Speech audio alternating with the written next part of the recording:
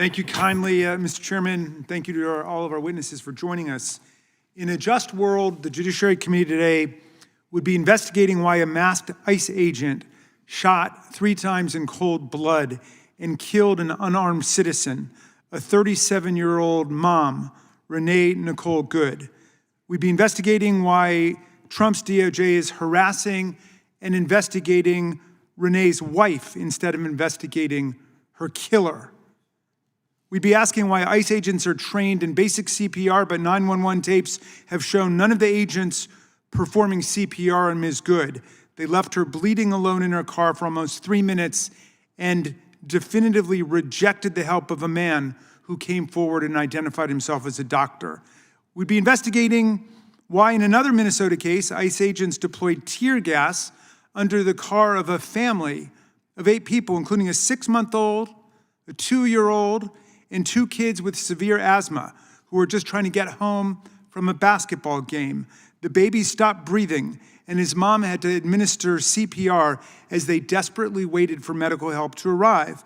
But our colleagues want to talk about fraud in Minnesota, fraud that was already being investigated and prosecuted under the last administration.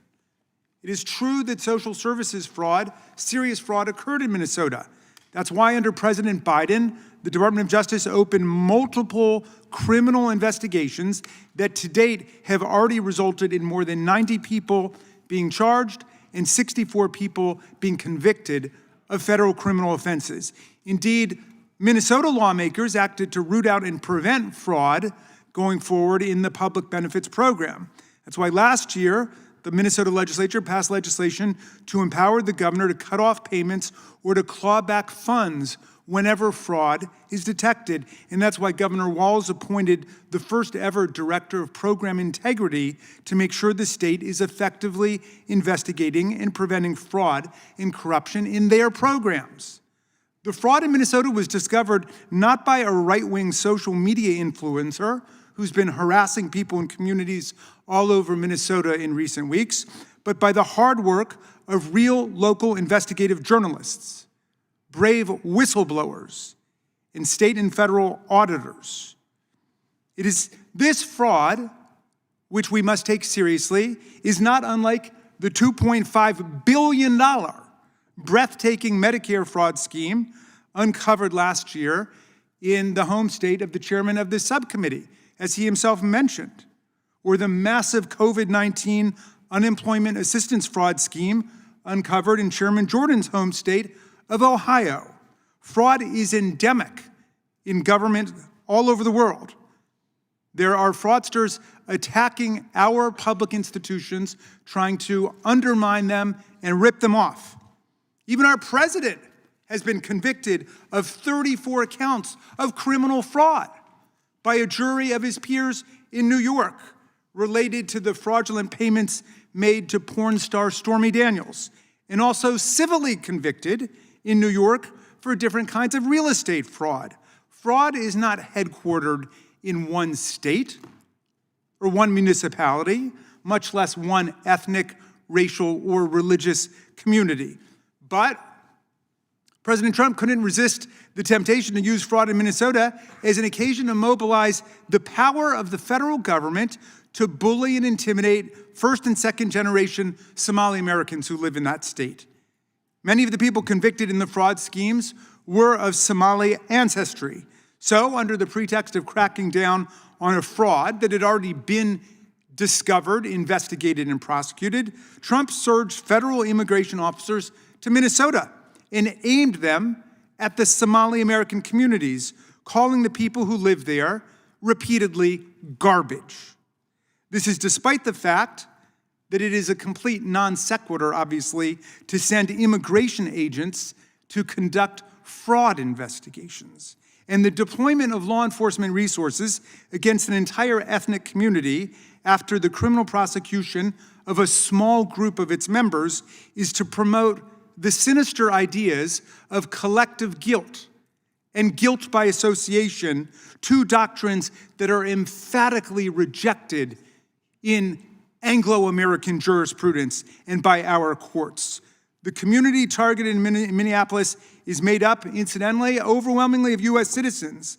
95% of Somalis in Minnesota are U.S. citizens, including 58% of whom were born in the United States. Well, what is the Trump administration's actual record on fraud? Well, let's see. President Trump pardoned the big-time drug dealer and convicted fraudster Juan Orlando Hernandez, the former president of Honduras, sparing him a 45-year criminal sentence after he brought in 400 tons of cocaine into our country. That's 800,000 pounds of cocaine that he said, quote, "We are going to stuff up the nostrils of the gringos." And Trump pardoned him.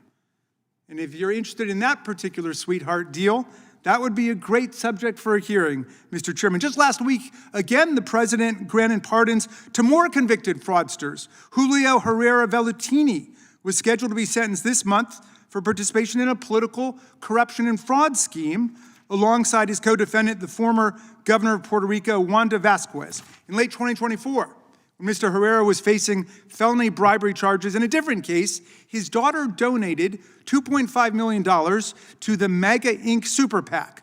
Then in May 2025, Mr. Herrera's lawyer, who had served on President Trump's legal team, negotiated a deal allowing him to plead guilty to a trivial misdemeanor offense instead. Several months later, Mr. Herrera's daughter donated another $1 million to MAGA Inc. And what do you know? President Trump generously granted Mr. Herrera a full and unconditional pardon just last week. They're making a fraud out of the pardon process in America with pay-to-play rules as they pardon recidivist, hardened, unrepentant fraudsters.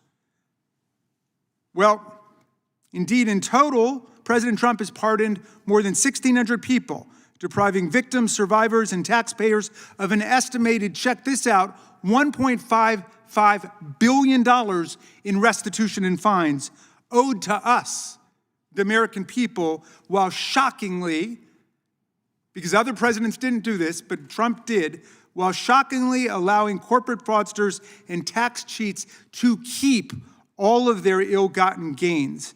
This is a massive and unprecedented swindle from working-class people and crime victims as the administration gives all of these ill-gotten gains right back to the criminal fraudsters who stole the money in the first place. And finally, Mr. Chairman, President Trump has dismantled the infrastructure that actually prosecutes white-collar crime and fraud in America, actually roots out waste, fraud, and abuse. The Trump DOJ gutted the public integrity section at DOJ that prosecutes government officials who break the law.